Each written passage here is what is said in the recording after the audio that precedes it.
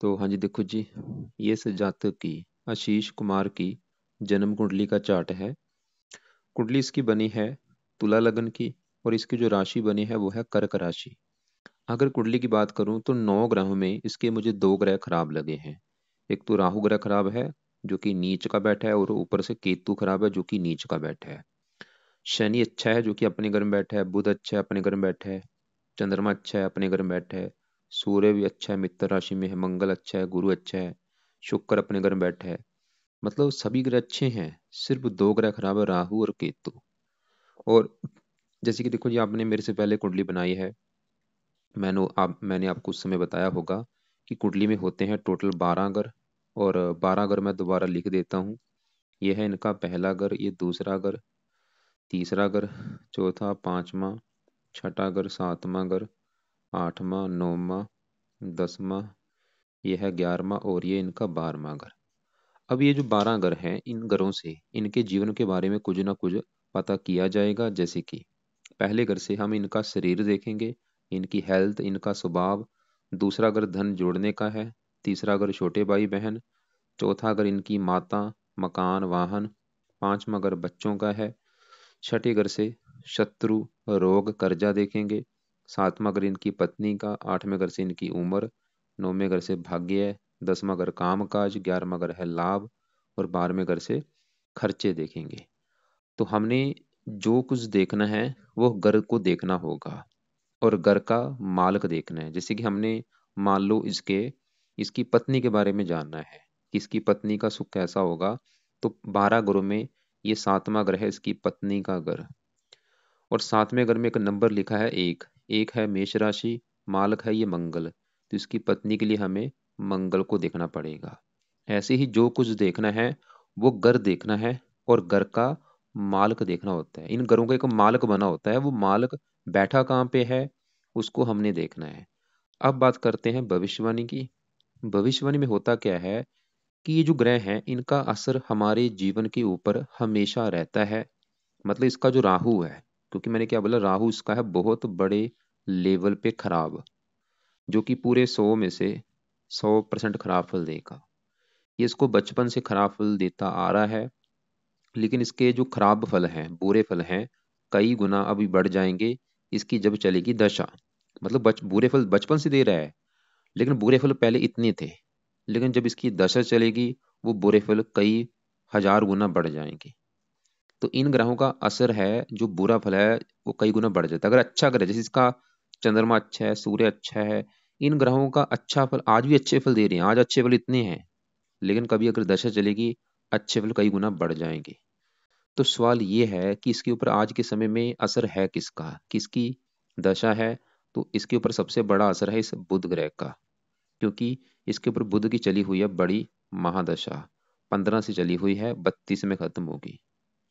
सवाल कि बुध कैसे है, तो बुध इसका है बड़े लेवल पे अच्छा। मतलब जो बड़ी दशा इसकी बुध की चली हुई है वो वही बहुत अच्छा है, वो इसको अच्छे फल देगा। एक छोटी दशा चली हुई है मंगल की, अंतरदशा।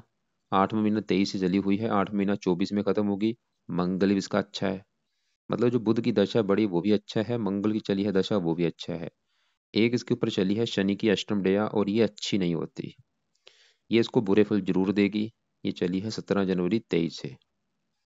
जब भी अष्टम डे आती है लाइफ में हजारों दिक्कतें आती हैं, दिक्कतें, रुकावटें, स्ट्रगल, चिंता, भाग दौड़, काम काज में दिक्कतें। तो हमने क्या देखा, बड़ी दशा बुध की जो कि अच्छा है, मंगल की दशा है वो भी अच्छा है, लेकिन जो अष्टम डे है वो अच्छी नहीं होती। पिछला देखो जी 1.5 साल हो चुका है, अभी ये अगले साल जून में खत्म होगी। तो अब इसके पहले मैं राहु ग्रह की बात करूंगा कि जो इसको मतलब बचपन से बुरे फल दे रहा है आगे भी बुरे फल देगा, लेकिन दशा में बुरे फल कई गुना बढ़ेंगे। और इसकी नेगेटिव बात क्या है, इसकी दशा भी आने वाली है, यहाँ पे देखो। तो ये है इसकी देखो जी दशा का चार्ट। बड़ी दशा तो आगे जाके 82 में, लेकिन छोटी दशा भी चलेगी। ये कब चलेगी, 8वां महीना 2024 को चलेगी, 2 तारीख 8वां महीना 24 को। 2 महीने पड़े हैं, दशा स्टार्ट होने वाली है राहु की, और ये खत्म होगी दूसरा महीना 27 में। तो ये राहु की जो दशा इसकी चलेगी, ये इस जातक का बुरा समय होगा, कि राहु की दशा में हजारों बुरे फल मिलेंगे। क्या बुरे फल मिलेंगे, क्यों बुरा है, विस्तार में आपको समझाता हूँ। पहले देखो जी राहु कहाँ बैठा है, दूसरे घर में। अब ये जो दूसरा ग्रह है ये है इस जातक के धन का ग्रह, खासकर धन जोड़ना। इस दूसरे घर से देखते हैं कि ये जातक अपनी लाइफ में कितना धन जोड़ेगा, कितना इसका पैसा होगा, अमीर कितना होगा, कितना बैंक बैलेंस होगा। धन कमाना अलग होता है, जोड़ने की मैं बात कर रहा हूँ। तो जोड़ना दूसरे घर से देखा जाता है। इसके अलावा दूसरा घर परिवार का भी होता है। इसका परिवार कैसा होगा, इसकी वाणी कैसी होगी, ये चीजें हम दूसरे घर से देखेंगे।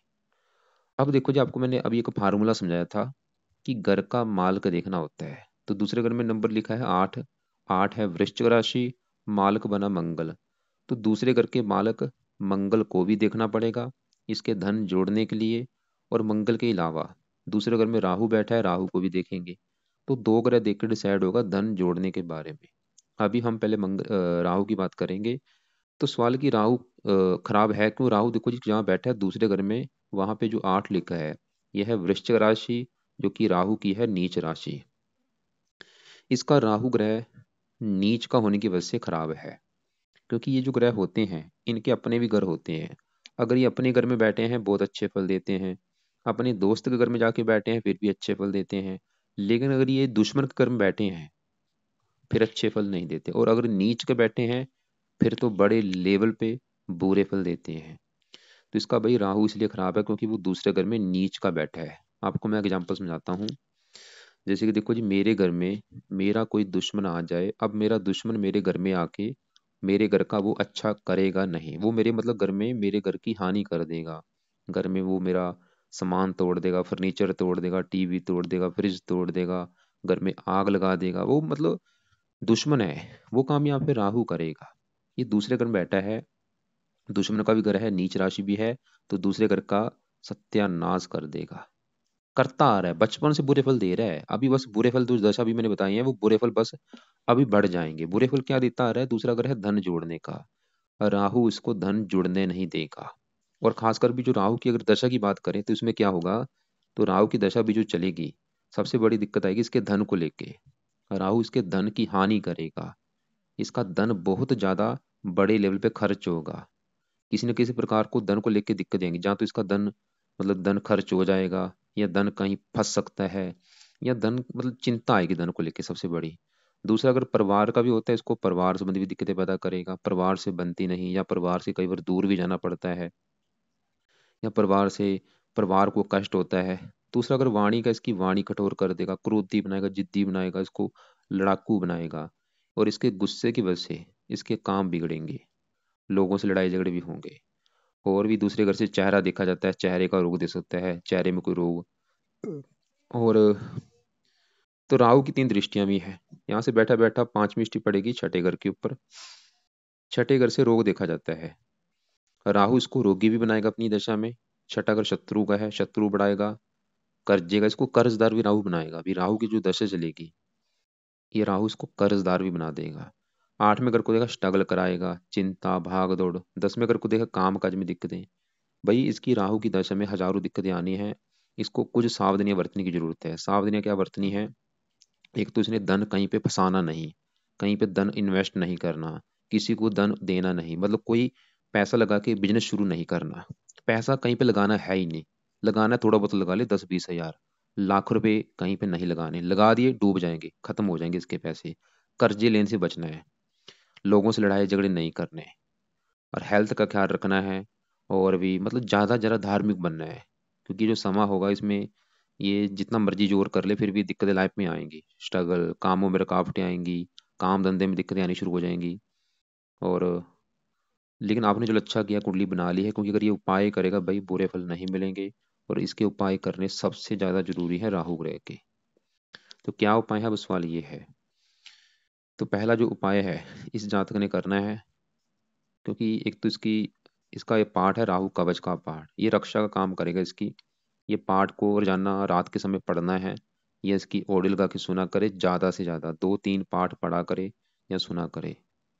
दूसरा पाए राहु स्रोत का पाठ। तो यहाँ पे 2 पाठ मैंने लिख दिए, ये सबसे बेस्ट है। दोनों पाठ ज्यादा से ज्यादा पढ़ लिया करे, नहीं पढ़ने आते ऑडियो लगा के सुना करे। 2-2, 3-3, 4-4 पाठ इनको पढ़ा करे या सुन लिया करे। तीसरा पाई ये भी सबसे बेस्ट है, दान करना है। दान क्या करता है? पावर इसकी 16 जो है जीरो कर देगा। तो राहु ग्रह का भाई दान इसने करना है। ये तो मैं बोलूँगा आ से स्टार्ट कर दे।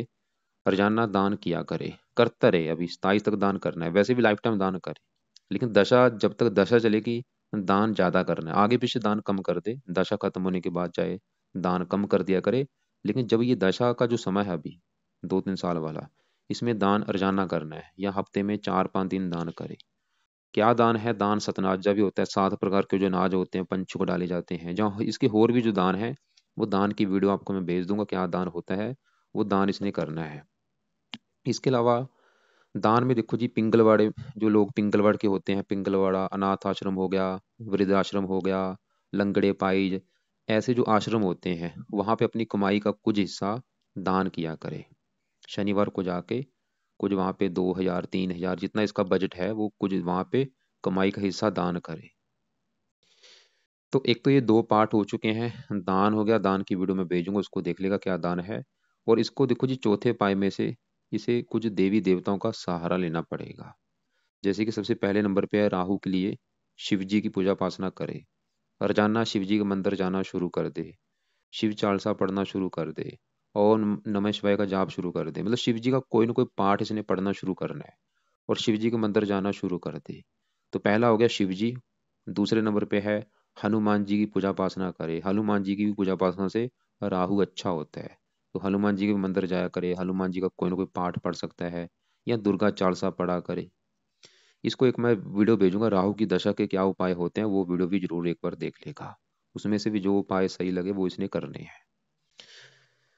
तो अभी देखो जी, हमने क्या देखा है कि इसके जीवन के ऊपर सबसे बड़ी दशा जो है बुध की है, वो बुध अच्छा है। बुरा मंगल की दशा वो भी अच्छा है, लेकिन मंगल की दशा जो छोटी है वो भी खत्म हो जाएगी, उसके बाद आएगी राहु की दशा, और वो अच्छा मुझे नहीं लगा। एक इसके ऊपर अष्टम डेया चली हुई है, पिछले 1.5 साल हो चुके हैं। अष्टम डेया भी हजारों दिक्कतें पैदा करती है। अगले साल जून में अष्टम डेया खत्म होगी भाई, तो अष्टम डेया से कैसे बचा जाए, अब वो सवाल है। अष्टम डेया के लिए भी 2 उपाय कर ले।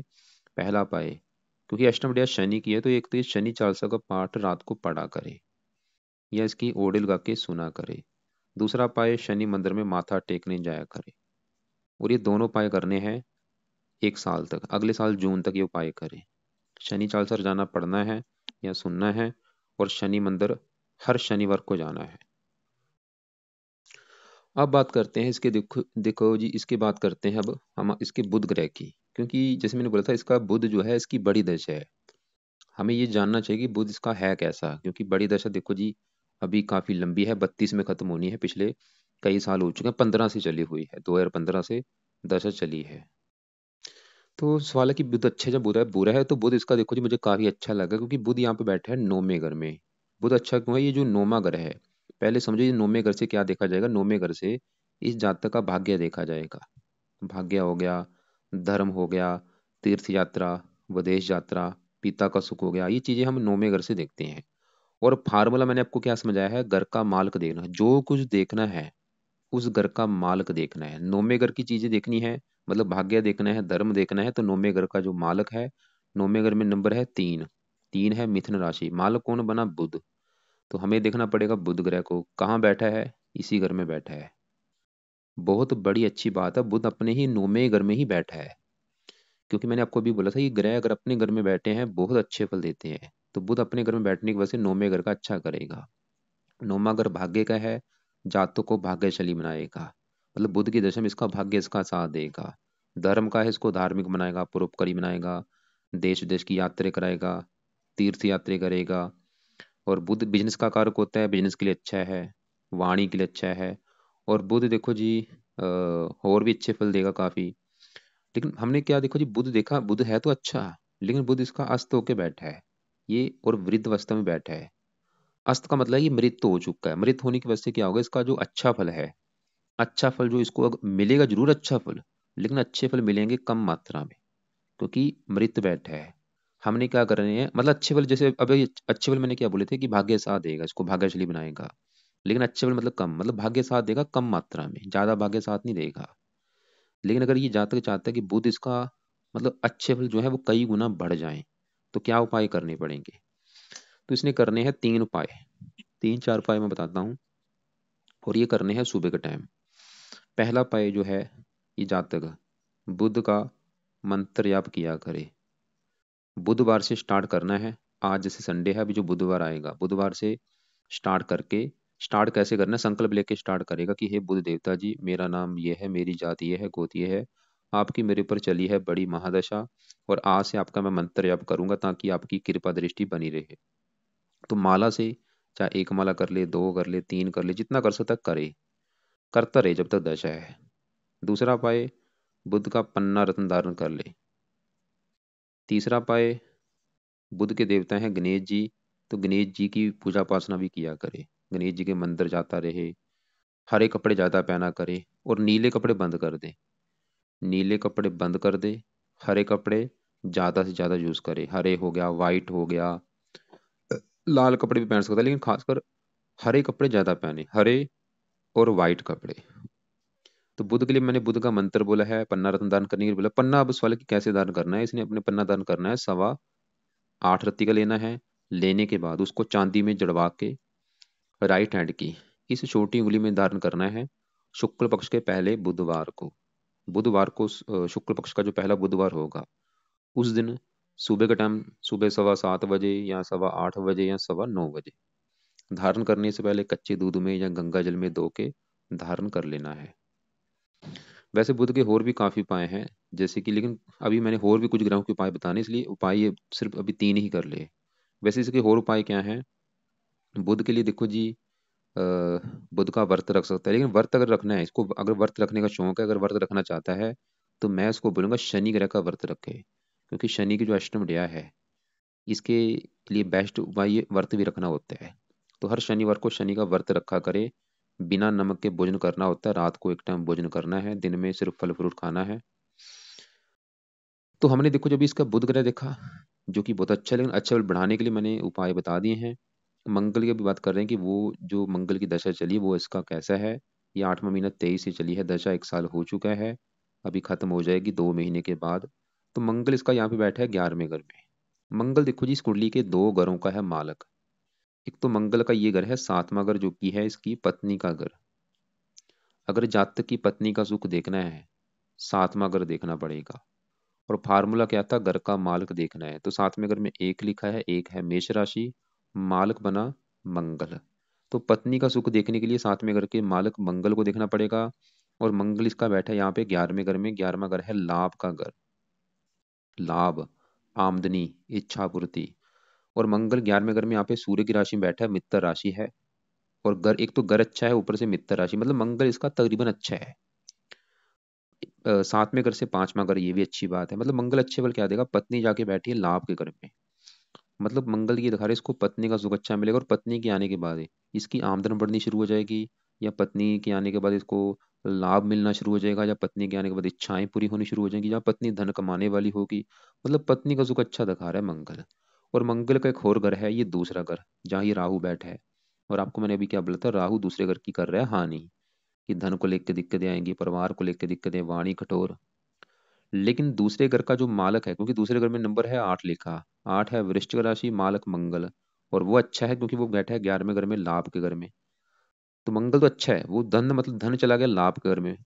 मतलब मंगल तो ये दिखा रहा है कि उसको धन लाभ देगा, धनी बनाएगा, धन की कमी नहीं रहने देगा। फिलहाल अभी जो मंगल की दशा है ये फिर भी अच्छा है, ये धन के लिए अच्छा है, पत्नी के लिए अच्छा है। लेकिन जो राहु की अभी दशा चलेगी, क्योंकि दशा में इन ये ग्रह एक्टिवेट होते हैं, तो राहु की दशा में दिक्कतें तो आएंगी। बाकी हमने देखो जिसके यहाँ पे अब 10वें घर में सूर्य चंद्रमा की बात करते हैं कि ये क्या अच्छे बुरे फल देंगे। यहाँ पे देखो जिसके जो सूर्य चंद्रमा है ये भी काफी अच्छे हैं। तो ये क्यों अच्छे हैं विस्तार से जानते हैं। ये जो 10वां घर है, 10वें घर से देखो जी 4 चीजें देखी जाती हैं। 10वां घर है, एक तो इस जातक के काम काज का घर, पिता का भी घर है, सरकार का और मान प्रतिष्ठा का। और 10वें घर में नंबर है 4 लिखा, 4 है कर्क राशि, मालक बना चंद्रमा। तो हमें 10वें घर के मालक चंद्रमा को देखना पड़ेगा, और वो कहाँ बैठा है, इसी घर में बैठा है। मतलब चंद्रमा 10वें घर का मालक अपने घर में बैठा है, बहुत बड़ी अच्छी बात है। जैसे बुध क्यों अच्छा था, क्योंकि वो अपने घर में बैठा है। अब चंद्रमा इसलिए अच्छा है क्योंकि 10वें घर में वो अपने घर में बैठा है। तो चंद्रमा 10वें घर का करेगा अच्छा। जैसे 10वां घर काम काज का है, चंद्रमा इसके काम काज के लिए अच्छा है। पिता का है, पिता के लिए अच्छा है, सरकार के लिए अच्छा है, मान प्रतिष्ठा के लिए अच्छा है। चंद्रमा अच्छे फल देगा। चंद्रमा के जुड़े के ये काम भी कर सकता है, जैसे सफेद रंग से जुड़ा कोई काम हो गया, दूध से जुड़ा काम हो गया, दूध डेयरी फार्म, या पानी से जुड़ा कोई काम हो गया, चंद्रमा के काफ़ी जुड़े काम है। तो अब देखो जी, चंद्रमा है तो अच्छा, लेकिन ये वो एक तो 1 डिग्री का बैठा है, ऊपर से अस्त बैठा है।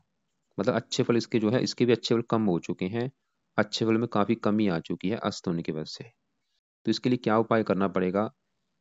इसके लिए जातक इसका मंत्र आप करके इसकी पावर को बढ़ा सकता है, लेकिन अभी इसका मंत्र रहने दे, क्योंकि यहाँ पे इसके लिए जो जरूरी उपाय हैं वो अभी राहु के हैं, शनि के हैं, बुध के हैं। चंद्रमा के उपाय करने हैं, लेकिन अभी ये करेगा बाद में, शुरू कर ले 5-6 महीने के बाद शुरू कर देगा, अभी रहने दे। और साथ में जो सूर्य बैठा है वो भी अच्छा है, क्योंकि सूर्य 10वें घर में चंद्रमा के घर में आया है, चंद्रमा इसका है मित्र। और वैसे भी सूर्य 10वें घर में दिग्बली हो जाता है इस घर का। तो सूर्य यहाँ पे अच्छे फल जो देगा इसको 10वें घर में बैठ के, काम काज के लिए बहुत अच्छा है, सरकारी कामों के लिए अच्छा है। और ये कई बार सरकारी नौकरी का भी योग बनाता है 10वें घर में। जब भी सूर्य 10वें घर में होता है, ऐसे जो लोग होते हैं सरकारी नौकरी में होते हैं, पुलिस में होते हैं, मिलिट्री में होते हैं या डॉक्टर लाइन में होते हैं, मेडिकल लाइन हो गया, जिसमें साहस होता है। तो काम काज का सुख तो बहुत अच्छा है इसकी कुंडली में। पिता का सुख अच्छा है, सरकार मान प्रतिष्ठा अच्छी मिलेगी, खासकर इनकी दशा अच्छी जाएगी। अब इसके आगे बढ़ते हैं, यहाँ पे शनि की बात करते हैं सवाल की शनि अच्छा है या बुरा है? तो शनि कई प्रकार के अच्छे फल देगा। 100 में से 80% शनि ग्रह अच्छे फल देगा, 10-20% खराब फल देगा। तो शनि कहाँ बैठा है? 5वें घर में। 5वां घर है इसकी संतान का घर, पढ़ाई का घर। संतान, पढ़ाई, बुद्धि 5वें घर से देखेंगे। और फार्मूला है घर का मालिक देखना पड़ेगा। तो 5वें घर में 11 लिखा है, 11 है कुंभ राशि, मालिक बना शनि। हमें देखना पड़ेगा शनि को, कहाँ बैठा है शनि? इसी घर में बैठा है। जैसे बुध अपने घर में बैठा है, चंद्रमा अपने घर में बैठा है, ऐसे शनि इसका 5वें घर में अपने घर में बैठा है। तो शनि कर देगा 5वें घर का अच्छा, मतलब 5वां घर संतान का है, इसको संतान का सुख मिलेगा अच्छा। पुत्र योग ज्यादा बना देगा, पुत्र ज्यादा होंगे, लड़कियां कम होंगी। और इसकी संतान भी काफी समझदार होगी, गुणी होगी, बुद्धिमान होगी, आज्ञाकारी होगी। 5वां घर पढ़ाई का है, शनि इसको पढ़ा लिखा बनाएगा, बुद्धि का इसको बुद्धिमान बना देगा। और शनि इस चौथे घर का भी मालक है। चौथे घर में जो 10 लिखा है, 10 मकर राशि, मालक शनि।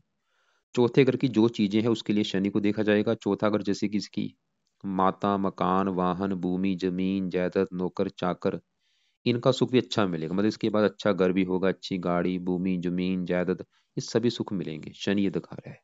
लेकिन शनि का बुरा फल जो देगा वो क्या है? शनि की होती हैं 3 दृष्टियां। यहाँ से बैठा बैठा अपनी तीसरी दृष्टि से इस 7वें घर को देख रहा है शनि, जो कि इसकी है पत्नी का घर। और 7वें घर में एक लिखा है, एक है मेष राशि, जो कि शनि की है नीच राशि। तो शनि 7वें घर को खराब करेगा, मतलब पत्नी से लड़ाई झगड़े कराएगा, पत्नी से मनमुटाव होगा। देखो जी, आपको मैंने जैसे भी बोला था कि 7वें घर का मार्ग मंगल तो अच्छा है, क्योंकि इसकी अगर पत्नी का सुख देखना है, कम से कम हमें 3 ग्रह देखने पड़ेंगे। वो क्यों? एक तो 7वें घर का मार्ग मंगल देखना पड़ेगा, क्योंकि 7वां घर है पत्नी का घर। और 7वें घर के ऊपर जिस ग्रह की दृष्टि है वो है शनि की दृष्टि। और शनि इस घर को बुरी तरह से खराब कर रहा है। इसके अलावा शुक्र को भी देखा जाएगा, जो कि पत्नी का कारक होता है, ये विवाह का कारक है। तो मंगल देखा वो तो अच्छा है, शनि इस घर को थोड़ा सा खराब कर रहा है कि पत्नी से लड़ाई झगड़े होंगे, पत्नी या बीमार कर देगा। और लेकिन अगर ये जो शनि के मैंने इसको उपाय बोले हैं कि शनि चालीसा पढ़े, शनि मंदिर जाए, इस ये उपाय करने से इसकी पत्नी से लड़ाई झगड़े नहीं होंगे, पत्नी से मतलब मनमुटाव नहीं होगा ये उपाय करने से। बाकी शनि वैसे अच्छा है, वो संतान के लिए अच्छा है, मकान वाहन के लिए अच्छा है, बस वो पत्नी से लड़ाई झगड़े इसके करा देगा। अब 8वें घर में बैठे शुक्र, केतु की मैं बात करूं, ये जो 8वें घर से भी काफी कुछ देखा जाता है। उम्र हो गया, ससुराल हो गया। अब 8वें घर में 2 लिखा, 2 है वृष राशि, मालक बना शुक्र, और वो कहाँ बैठा है? इसी घर में बैठा है। इसके देखो जी 4 ग्रह तो अपने घर में बैठे हैं, शनि अपने घर में है, शुक्र अपने घर में है, बुध अपने घर में है, चंद्रमा अपने घर में है। एक बहुत अच्छी बात है, मतलब शुक्र भी 8वें घर का मालक अपने घर में बैठा है। तो शुक्र तो ये दिखा रहा है कि उम्र लंबी होगी, पत्नी के लिए अच्छा है, विवाह का सुख अच्छा है। लेकिन गड़बड़ कहाँ पे हुई है कि शुक्र के साथ ही केतु बैठा है, और केतु यहाँ पे नीच का बैठा है। ये जो 2 है वृष राशि, केतु की है नीच राशि। शुक्र की अपनी राशि है, लेकिन केतु की नीच राशि है। और आपको मैंने पहले बोला था इसके 2 ग्रह खराब है, राहु ग्रह खराब है और केतु। राहु दूसरे घर की हानि करेगा, केतु 8वें घर की, मतलब केतु की जब दशा चलेगी ये 8वें घर को खराब कर देगा। हेल्थ इसकी खराब करेगा बहुत ज्यादा, हेल्थ को लेकर दिक्कत आएगी। साथ में शुक्र बैठा है, कोई छोटा मोटा गुप्त रोग इसको दे सकता है, गुप्त अंगों से रिलेटेड, पेशाब संबंधी, वीर्य संबंधी, लिंग, कोई ना कोई गुप्त रोग, जो गुप्त अंग होते हैं उनसे जुड़ा कोई रोग हो सकता है। और कई बार ऑपरेशन का योग भी बना देता है। और इसकी दशा कब चलेगी, यहाँ पे देखो, ये केतु की दशा चलेगी 32 को, 2032 में चलेगी, 39 में खत्म होगी। तो अभी सवाल है कि केतु के उपाय अभी करने हैं या नहीं। तो उस समय उपाय ज्यादा करने हैं जब इसकी दशा स्टार्ट होगी, अभी तो भाई 10 साल पड़े हैं। लेकिन अभी भी इसके उपाय में से पहला उपाय, इसका दान जरूर किया करे, जो कि है कुत्तों को रोटी डाला करे। लेकिन जब इसकी दशा स्टार्ट होगी उस समय इसके जो उपाय करने हैं वो है केतु कवच का पाठ और केतु स्रोत का पाठ। ये दो पाठ उस समय जरूर करने हैं। अभी सिर्फ इसका दान जो है कुत्तों को रोटी डाल दिया करे। शुक्र देखो जी है तो अच्छा, लेकिन थोड़ा सा पीड़ित होने की वजह से, अभी शुक्र क्या है, पत्नी का कारक है, मतलब पत्नी से भी लड़ाई झगड़े होंगे, पत्नी से मनमुटाव भी होगा। मतलब अगर इसकी पत्नी से लड़ाई झगड़े होंगे, उसके हैं दो कारण। पहला कारण, साथ में घर के ऊपर शनि की दृष्टि है। दूसरा कारण, शुक्र का केतु के साथ बैठना है। तो शुक्र के उपाय में से सुबह के टाइम, एक तो शुक्र कवच का पाठ इसने पढ़ना है, दूसरा शुक्र स्रोत का पाठ। लास्ट में यहाँ पे गुरु की बात करूं, छठे घर का मालक है त्रिकबा को, स्वामी त्रिकोण बैठा अपने घर को देख रहा है। तीसरे घर का भी मालक है, कई प्रकार के अच्छे फल देगा। धार्मिक कामों के ऊपर भी, गुरु की दशा में धार्मिक कामों के ऊपर भी खर्चा होगा। तो अभी देखो जी, हमने जो मैं शॉर्टकट में चीजें बता चुका हूँ। तो एक तो पहले समझो कि इसके जो ग्रह खराब कौन से, राहु ग्रह खराब है, केतु। दशा भी किसकी है, बुध की है, बड़ी मंगल की दशा है।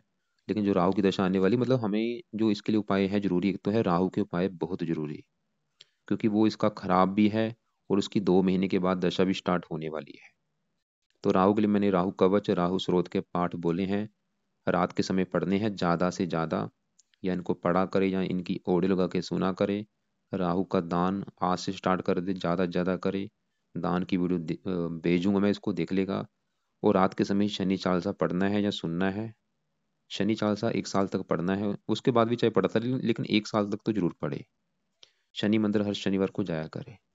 सुबह के टाइम बुध का मंत्र जाप करना है, बुधवार से स्टार्ट कर लेगा, रोजाना करे। और पन्ना रत्न दान कर लेगा। गणेश जी की पूजा उपासना किया करे। और शुक्र कवच, शुक्र स्रोत के पाठ पढ़ने हैं। दान देखो जी, एक तो मैंने राहु ग्रह का बोला है, सबसे ज्यादा दान करना है राहु ग्रह का। राहु ग्रह का दान मैंने बता ही दिया है। केतु का दान कुत्तों को रोटी डालनी है। शनि का दान, अभी जब तक डया है शनि की अष्टम डया, तो शनि का भी दान शनि मंदिर में कर सकता है। 1 साल तक दान कर ले, उसके बाद शनि का दान छोड़ देना है। राहु का दान लाइफ टाइम करना है, केतु का दान भी लाइफ टाइम करना है।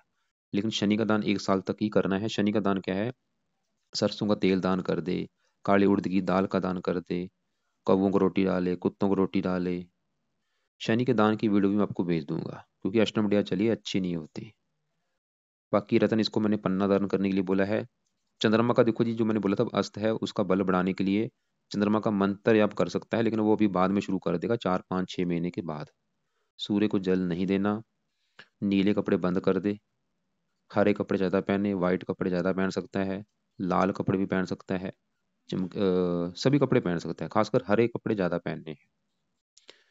बाकी देखो जी, अभी जो राहु की दशा चलेगी भाई, इसमें इसने संभल के रहना है। मैं फिर बार बार रिपीट कर रहा हूँ, फालतू में घूमने से बचना है, यात्रा करने से बचे, पैसा इन्वेस्ट करने से बचना है, पैसा कहीं पे मत लगाए। अभी ये जो 1 2 महीना पड़ा है अभी, इसमें जो करना है कर ले, पैसा लगाना है लगा दे, बाद में मत लगाना। और उपाय अगर करेगा फिर दिक्कतें ज्यादा नहीं आएगी। बाकी फिर भी कोई सवाल होंगे, कोई बात समझ ना लगी हो, दोपहर 1 2 के बीच में या शाम 4 5 के बीच में मुझे कॉल कर लेना।